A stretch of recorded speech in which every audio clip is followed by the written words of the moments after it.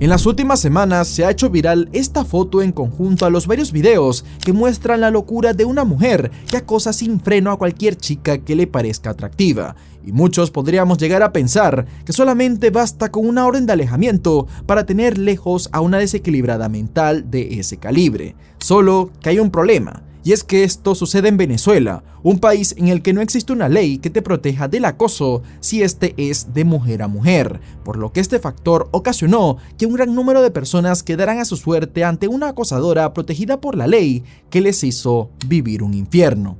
La historia que vas a conocer hoy le dio la vuelta al mundo tan rápido porque muchos no somos conscientes de lo que influye tanto a día de hoy el género de la víctima o del victimario a la hora de resolver un caso y cómo un vacío legal como el que una mujer sea la acosadora es capaz de crear una historia muy perturbadora. Todo empezaría el 5 de mayo de 2024, cuando en su cuenta de Twitter la venezolana Ani de Trindade presentaría una serie de publicaciones que empezaría con lo siguiente. Jamás pensé que tendría que hacer este hilo, pero creo que llegó el momento. Estoy harta del acoso sexual de Rebeca García y estoy harta de que la ley la proteja solo por ser mujer. Rebeca es una mujer que ha dedicado su vida a acosar mujeres inocentes. Esta denuncia no era como las funas típicas que suceden día a día en internet con solo un par de fotos con ángulos raros para hundir la reputación de alguien, sino que este hilo reuniría a un alarmante número de personas que empezaron a alzar la voz y reunir evidencias para demostrarle al mundo lo mal de la cabeza que estaba Rebeca García y cómo la policía no estaba haciendo nada al respecto. Y para los que piensan que es una persona inocente, así luce. La primera se la tomó una amiga a la que ella también acosa desde el interior de su carro y la segunda se la mandó ella por correo. Ani también haría mención de que por medio de correos electrónicos Rebeca la amenazaba y acosaba de manera sexual casi a diario, añadiendo que había llegado a enviarle 76 correos en un solo día. Y de verdad, cada correo es muy creativo. Tan solo escucha un par de ellos. Mami, ¿te vas a mojar rico para mí cuando te dé besitos por todas partes? Seguro nunca te han comido así toda y te han besado toda como lo voy a hacer yo. Más nunca vas a tener razones para llorar. Eres una mala, te voy a hacer pagar por lo que haces, por rechazarme así. Te vas a arrepentir. Te lo voy a hacer tan rico que te vas a arrepentir de tratarme así.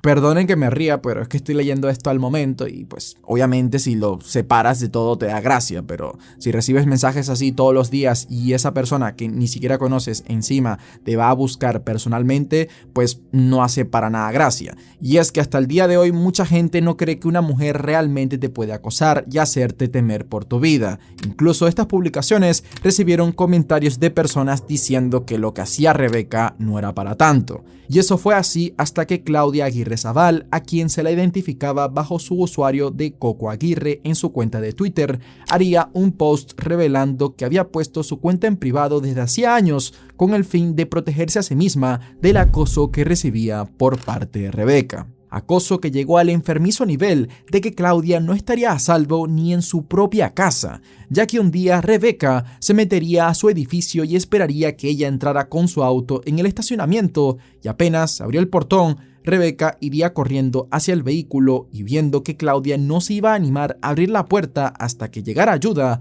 Rebeca se montó en el capó del carro montando este show.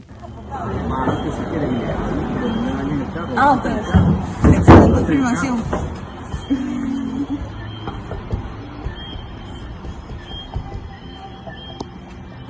Ay, se me perdió mi anillo de boda. Supongo que no soy católico. Bebé. Chiquita. Chiquita. Y cuchis. ¿Cómo las agarro? Carlota, vamos para el espacio, ¿verdad? ¡No, no, no! ¡No! No, lo rompió, güey.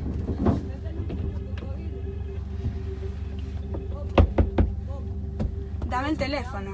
Primero que nada, lo que estás viendo en pantalla no es una adolescente con las hormonas alborotadas, sino a una mujer nacida en 1990. Sí, por lo que Rebeca es alguien que está haciendo todas estas locuras a sus más de 30 años. Ella, al igual que la mayoría de sus víctimas, es de Caracas, Venezuela, y es conocido que vive en El Hatillo. Según algunos de los testimonios, Rebeca padece de trastorno límite de la personalidad, el cual supuestamente se produjo o se intensificó por un accidente de tránsito que ella sufrió y que, a pesar de su condición, no recibió la debida atención psicológica que necesita, y que aún peor, consume drogas que agravian su condición. Es así como desde el año 2016 Rebeca viene acosando a la gente por ahí. Muchas de ellas ni siquiera la conocían previamente y se vinieron a enterar cuál era su nombre mucho después, y a la familia de Rebeca tampoco parecía importarle mucho qué estragos estaba causando su hija por ahí fuera, y hasta es muy difícil de creer que su familia no tuviera los medios para tratarla como se debía, ya que aparentemente ella proviene de una familia que es dueña de una agencia de viajes llamada Circumil, que está ubicada en el Círculo Militar de los Próceres en Caracas, y el venezolano sabe muy bien que no cualquiera tiene un negocio ahí, y es que de por sí su familia tiene cierta relevancia social por su presencia política. Por poner un ejemplo, ella es sobrina de un ex embajador de Venezuela en España, que esto tampoco es que la hace a ella la magnate de acá y su familia la más poderosa de todas, pero sí que tienen más influencia que el venezolano promedio de a pie.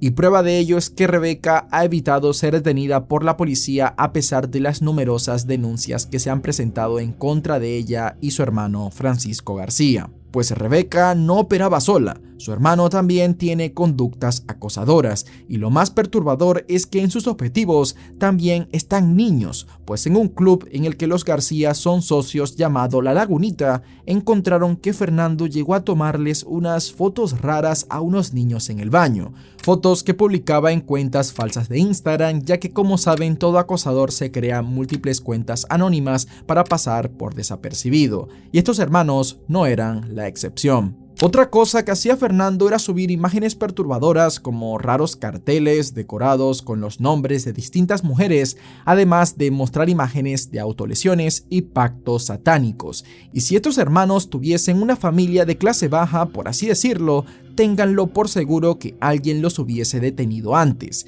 Hasta el mismo Francisco sabía que si se metía con alguien con una familia menos influyente que la de él, no le iba a pasar nada. Por eso, en un comentario que le dejaron diciendo que ojalá le cayera la justicia por el acoso que hacía junto a su hermana, él respondió: "Estamos blindados". Volviendo al infierno que estaba viviendo Claudia ante los comentarios de personas que le decían que tuvo que haber hecho algo para que Rebeca la acosara así de intenso frente a su auto, ella aclaró que jamás había tenido una relación amistosa y mucho menos amorosa con Rebeca García, que Rebeca se obsesionó con ella cuando iban al mismo colegio. Cosa que es bastante rara, ya que durante ese tiempo nunca intercambiaron palabras y Rebeca era 5 años mayor que ella.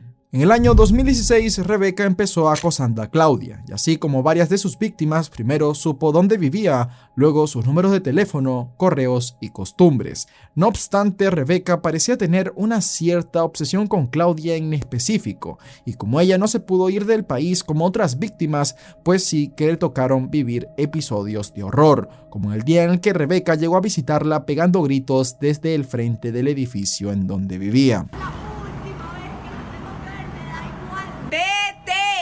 Vete pa'l carajo, ya. Vete.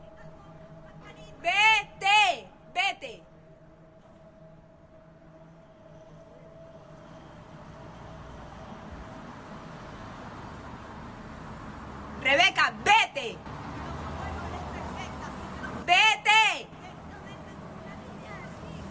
En el año 2020, durante la pandemia, Rebeca iba a gritar a donde vivía Claudia casi todos los días y llenó de grafitis toda la calle escribiendo su nombre completo y su usuario de Twitter. Le mandaba motorizados llevándole regalos y le escribía diariamente varios mensajes. Los familiares de Rebeca inclusive se comunicarían con Claudia y le pedirían que le dijera a Rebeca que tenía novio para que así la dejara en paz, señalando que ella jamás le haría daño. Ellos mismos le confirmarían que Rebeca sufría de trastorno límite de la personalidad y que su obsesión por ella tarde o temprano se le iba a pasar, pero eso no fue así.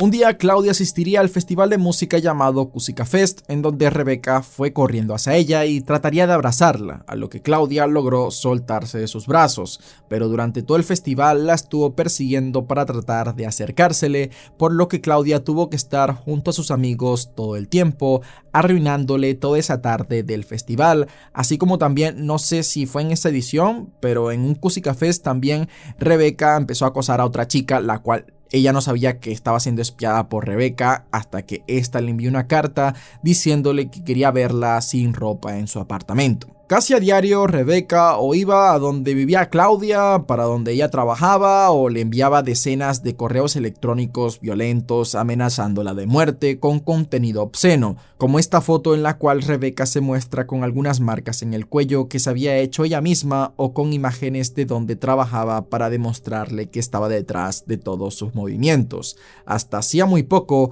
Rebeca nuevamente se metió donde vivía Claudia y le envió un correo en el que decía "The killer is inside the house", que quiere decir el asesino está en la casa, adjuntando fotografías del lugar. La obsesión enfermiza de Rebeca iría en aumento y el 7 de julio de 2023 publicaría un libro de 520 páginas en la plataforma de Amazon en la sección de libros LGBTQ+, titulado Libro para Coco Aguirre, demostrando que prácticamente su obsesión principal era Claudia, y en este escribía escenas muy perturbadoras llenas de incoherencias y párrafos enfermizos que hablan de amenazas, secuestro y muerte, abusos hacia dos mujeres que son víctimas de Rebeca, como también explica su forma de operar cuando acecha y sigue a sus víctimas para coincidir en los lugares que ellas frecuentan. También Claudia mencionaría en su publicación que Rebeca ha estado anteriormente internada, pero que al salir del psiquiátrico vuelve con lo mismo, por lo que es un problema que no tiene final y tampoco solución, y a su familia tampoco le parece una prioridad solucionarlo. Que una vez al llegar a hacer la denuncia, la policía le respondió, y cito: "Rebeca aún no ha cometido ningún crimen, por lo que no podemos ayudarte de manera legal". Y la otra respuesta que le suelen dar es que no pueden detenerla porque tiene una enfermedad mental. Es decir, que básicamente las autoridades admiten con esto que hay un vacío legal en el cual la víctima como única solución tiene que le corten un brazo para que ahora sí se haya cometido un crimen y la policía pueda actuar, o tiene que rezar que la dejen en paz, así como tuvo que hacer Andrea Olivieri, una chica que comenta que sin saber quién era hizo match con Rebeca en la app de citas Tinder, y ambas empezaron a hablar descubriendo que las dos eran socias de la Lagunita Country Club, por lo que al agarrar un poco de confianza por chat decidieron quedar en el club, momento en el que Andrea comenta que apenas se acercó a Rebeca se daría cuenta de que iba a ser una noche complicada. Sentía unas energías muy pesadas de ella y ya desde ahí comencé a sentir nervios. Rebeca tenía una risa muy extraña y su mirada era como perdida en ti, lo cual me hacía sentir más incómoda. También tenía movimientos extraños con sus brazos, eran como movimientos descontrolados. Y sin duda lo peor de la noche llegaría cuando ambas decidieron dar una caminata en la que Rebeca poco a poco trataría de llevar a Andrea hacia una zona en donde no había nadie más y estaba oscuro, a lo que comenzó a invadir su espacio personal, señalando que estaba acercando su rostro al mío de manera inesperada y hablando como una niña de entre 6 y 7 años, preguntándome si no me molestaba que hiciera eso. En ese momento me di cuenta de que no estaba bien, pero prefería quitarle importancia por miedo. Luego me dijo que nunca había dado su primer beso y les juro que yo literalmente veía a una niña en su mirada. Después cambiaría totalmente su personalidad y me dijo que ella suele hacer ese tipo de cosas y que escribía un libro con todas las experiencias que tenían las personas con las que había salido y sus reacciones, que eran como parte de un experimento social que solía hacer. Durante el resto de esa salida, Andrea solo trató de seguirle el juego a Rebeca para que no le hiciera nada malo, y que después de eso ella empezaría a acosarla incesantemente mandándole mensajes, a lo que Andrea señalaría que su principal error fue dejar que Rebeca pasara a recogerla a su casa en aquella salida, ya que empezaría a esperarla fuera de su domicilio y del club, al punto de generarle bastante pánico, además de que los mensajes se volvían cada vez peores y más constantes, algo que Rebeca Rebeca no dejó de hacer por varios años, no solo con ella, sino también con figuras públicas como la influencer Dani Barranco, quien en el año 2019 en una entrevista comentó que había una mujer la cual desconocía totalmente que la estaba acosando, buscándola en su casa, acechándola cuando estaba en sitios públicos, enviándole mensajes amenazantes o con comentarios sexuales de mal gusto. Hasta llegaron a lanzarle piedras a su ventana de madrugada. Y ella, luego de estar un tiempo recibiendo acoso, se dio cuenta que la persona que estaba detrás de esto era Rebeca García. Sin embargo, a pesar de que la policía en su momento le dijo que no podían hacer nada porque su acosadora era una mujer, por lo que tendría que recurrir a algún tipo de crimen o actividad ilegal para que recién la pudieran detener, ella sí que tuvo la suerte de que tras moverse por todos los medios, Rebeca le bajó al acoso. Suerte que no tuvo Daniela Belloso, una chica que no solo vivió un infierno a causa de los actos de Rebeca, sino que a ella también le tocó ser perseguida por su hermano Francisco. En su perfil de Twitter, Daniela mencionaría que todo comenzó en el año 2017, cuando Rebeca la vio por primera vez en el gimnasio del Club La Lagunita, al que Daniela asistía casi todos los días hasta que comenzó a ser acosada. Además, señalaría que conocía a Rebeca solo de vista, ya que habían estudiado en el mismo colegio, pero que nunca coincidieron, puesto a que Rebeca era mayor. Ese mismo año, en una fiesta, Rebeca empujó a Daniela Belloso contra una pared para saludarla, como si se conocieran, puesto a que la llamó por su nombre, y Daniela desconocía totalmente quién era ella, a lo que trató de irse de inmediato, pero Rebeca le lanzó un trago y la empezó a jalar del brazo para que no se fuera, a pesar de que Daniela le pedía que la soltara. La situación llegó al punto de que los amigos de Daniela tuvieron que intervenir para que la soltaran. Desde ese momento el acoso se volvería más violento, y un día que Daniela fue al gimnasio, notó que Rebeca estaba saliendo de ahí y comenzó a seguirla. Aunque Daniela estaba con algo de miedo, le gritaría que la dejara de acosar, que no sabía ni cómo se llamaba y que se aleje de ella. Aún así, Rebeca seguiría insistiéndole y Daniela le volvería a decir que no la conocía y que la dejara en paz. Acto seguido, Rebeca la tomaría del brazo y riéndose le diría: «Tranquila, no es como que te voy a matar esta semana». Daniela lograría soltarse y saldría corriendo hasta su carro. Rebeca la perseguiría e intentaría abrirle la puerta, pero Daniela lograría huir a tiempo, a lo que Rebeca le gritó: «No importa, llámese todas las placas de tus carros». Y sí, era cierto, ella conocía todos los autos de su familia. A partir de ese momento, los padres de Daniela se contactarían con la familia de Rebeca para que tomaran cartas en el asunto, y ellos les confirmaron que Rebeca padecía de varios desequilibrios mentales, como esquizofrenia, bipolaridad y trastorno límite de la personalidad, argumentando que Rebeca empeoraba aún más cuando consumía drogas o no tomaba su medicación. Aunque le prometieron que ya nada malo le iba a pasar y que se iban a ocupar del asunto, comprometiéndose a tener mejor controlada a Rebeca, si bien la internaron en varias ocasiones, la joven siempre, tiene 34 años, 33. Bueno, Rebeca siempre encontró la forma de seguir acosando a Daniela Belloso, mandándole mensajes o llamándola desde los teléfonos que robaba a los enfermeros, llegando a enviarles mensajes hasta la madre de su víctima. Daniela comenta que está harta de explicarle a cada persona que llega a convivir con ella por qué se despierta con miles de mensajes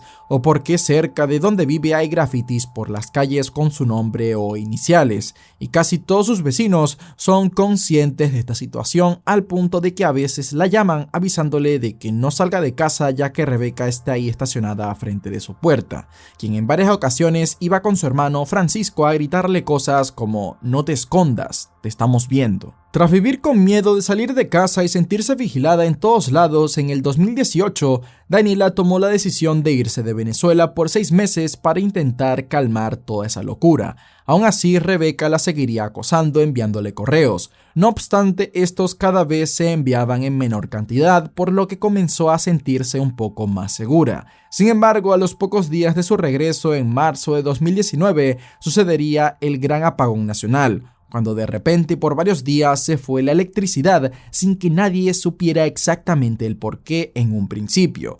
Y en una de esas noches, mientras Daniela trataba de organizarse y ayudarse con sus otros vecinos, así como todos estaban haciendo por ese entonces, Rebeca no tenía nada mejor que hacer que aparecerse en el edificio y subir por las escaleras hasta el piso donde vivía Daniela. La joven se enteró que la acosadora estaba ahí hasta que ésta empezó a gritar su nombre y la alcanzó a ver por las escaleras. Es así como si se tratase de una película de terror, Rebeca llegaría hasta la puerta de su casa, a lo que Daniela gritaría asustada y con la ayuda de los vecinos lograron sacarla, llegando a identificar además a Francisco García, que estaba en su auto frente del edificio estacionado y esperando a su hermana junto con otro hombre desconocido. Daniela afirma que la familia de Rebeca nunca se hizo responsable de la situación, respondiendo exactamente lo mismo que le dicen a las otras víctimas de ay, ignórala, que se le va a pasar, ella no te va a hacer daño, háblale y así se le quita, o dile que tienes novio.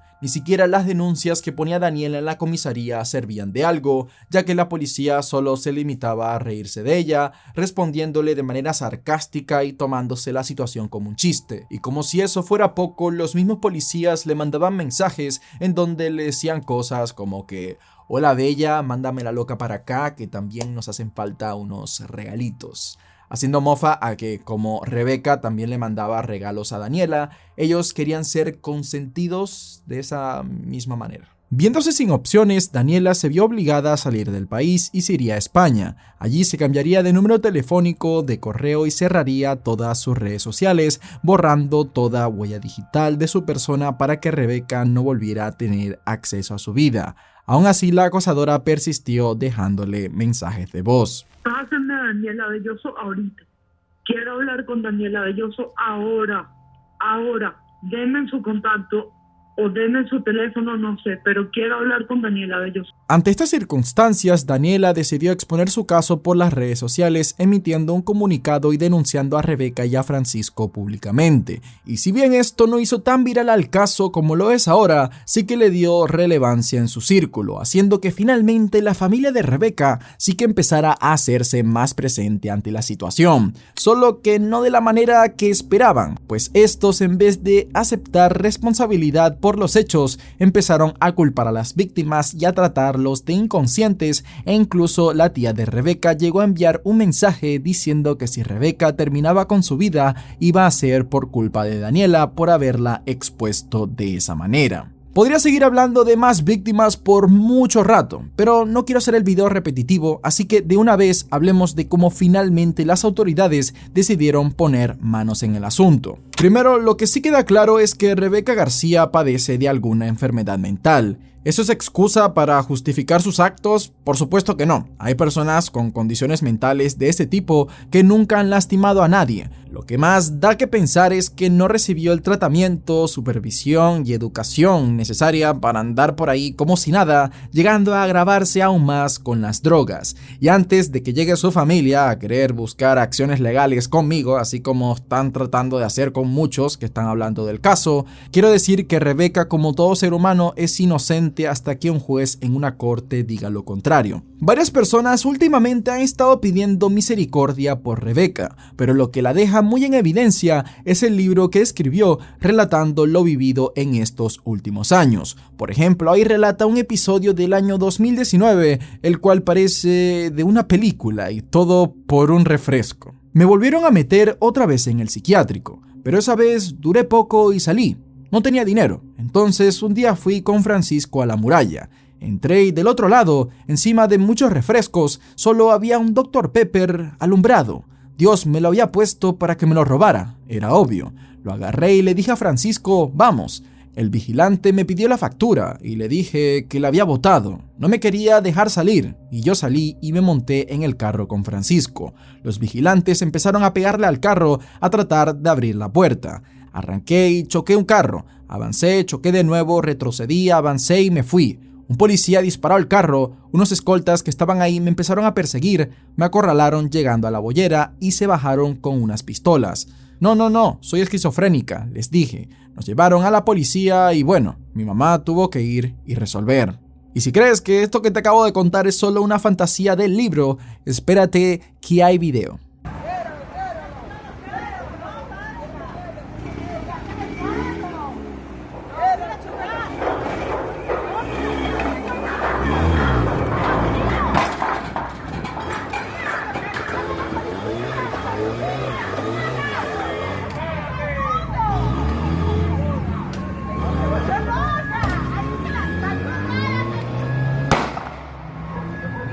Gracias a la viralidad que ganó el hilo de Twitter de Annie Trindade, el fiscal Tarek William Saab, el cual algunos ya conocemos aquí en el canal por el caso de Cancerbero, por fin prestó atención a las denuncias en contra de Rebeca y su hermano, dando inicio a la investigación del caso. Pues ya saben que en Venezuela ahora se resuelven los crímenes que son virales y los que no, ni al caso. De esta manera, el 7 de mayo se emitió la orden de detención de los hermanos García, quienes estaban siendo acusados de delitos como incitación al odio y exhibición de contenido explícito de menores. Sin embargo, para este momento, ambos acusados se encontraban prófugos en España, por lo que se emitió una alerta y se le solicitó al gobierno español la localización y extradición de Rebeca y Francisco, quienes al tener doble nacionalidad venezolana y española decidieron tomar refugio en el país europeo.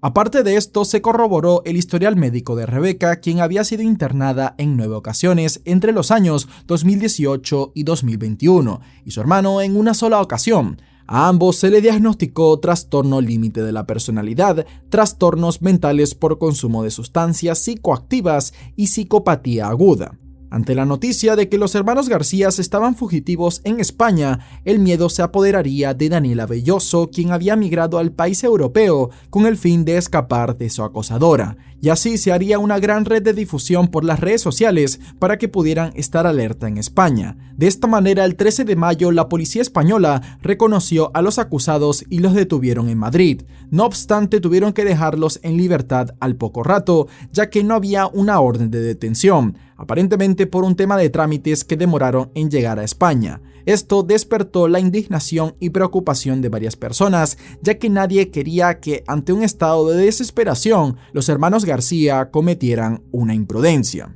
Finalmente, el 14 de mayo, la policía española pudo detener a los hermanos García en Alcobendas, siendo acusados de todos los cargos. Se habla de que si el procedimiento se rige por la ley española, Rebeca podría recibir una sentencia de hasta 30 años en la cárcel y Francisco una condena de 15 años. No obstante, con las leyes venezolanas es difícil de creer estos rumores, ya que ahí hasta hay gente que ha cometido homicidio y ni le han dado 30 años. Y aquí es donde empieza el debate, pues una persona muy cercana a los detenidos, de la cual no vale la pena decir el nombre, emitiría un comunicado por medio de su cuenta de Instagram en el que se ponía víctima a ella y a su familia por toda la gente que en redes sociales empezó a hablar del caso, y de hecho más personas de las que crees sí que llegaron a empatizar con ella. La mujer asegura que están difamando injustamente a su familia, que ellos han intentado llevar a Rebeca a un psiquiátrico, pero que sin la voluntad de ella no se puede hacer nada, que han destruido una familia que lleva 10 años lidiando con un problema, el cual las víctimas del acoso de Rebeca solo experimentan desde la pantalla o a lo lejos esporádicamente, sin el suplicio de convivir con ese problema, el cual solo se puede solucionar con el procesamiento psiquiátrico o con la muerte. Esto lo acabo de narrar así porque lo estoy diciendo con las palabras tal y como prácticamente están en el comunicado, y claro, pues 7 años de acoso se dice pronto y por ello muchos no son como que no logran conectar con ello, pero tiempo para actuar se le ha dado a la familia García y estos solo han dado la cara cuando a los suyos les está tocando pagar las consecuencias. Esto demuestra la inexistente empatía que hay en ese hogar. No puedo creer que esta mujer haya dicho que el sufrimiento que ellos sienten es peor que el que han sentido las víctimas. Me parece que olvida que la mayoría de personas que han sido acosadas por Rebeca eran chicas que no la conocían de nada, y mientras tanto ella con toda la libertad del mundo. Hasta su mami le compró un carro para que pudiera hacer sus locuras en 4 ruedas. La respuesta, por supuesto, no es acosar de vuelta a la familia García, pero es curioso que en su momento, y al parecer hasta ahora, le siguen tomando poca importancia al acoso que Rebeca había venido haciendo todo este tiempo, y ahora sí que están pendientes de todo, ¿no? Otra cosa que ha dividido la opinión pública es el tema de que la madre de Rebeca compartió un comunicado diciendo que Claudia Aguirre Zabal, a quien se refiere por su nombre de usuario Coco Aguirre, se aprovechó de la condición de su hija Rebeca para sacarle dinero y pedirle cosas como transferencias bancarias y de PayPal, hasta que una vez Claudia por parte de Rebeca recibió un delivery de pizzas, tortas, sushi, alcohol y bebidas, y que si tanto miedo ella tenía de su acosadora, ¿por qué recibió todo eso?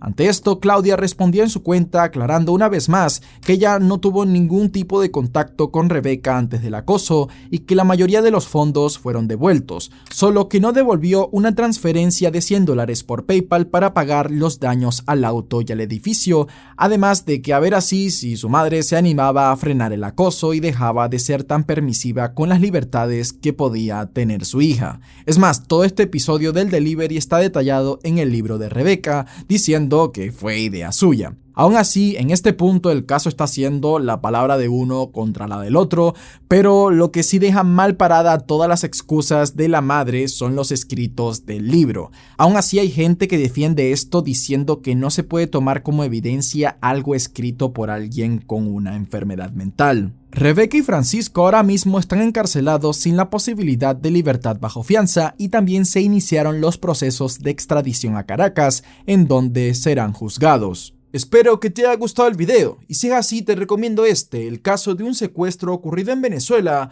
que fue una tragedia sangrienta que marcó a todo el país.